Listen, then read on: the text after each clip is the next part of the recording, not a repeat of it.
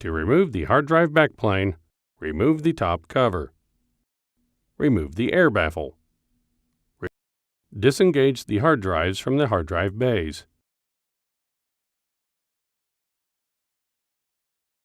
Disconnect the 2 SAS cables and 1 power cable connected to the drive backplane.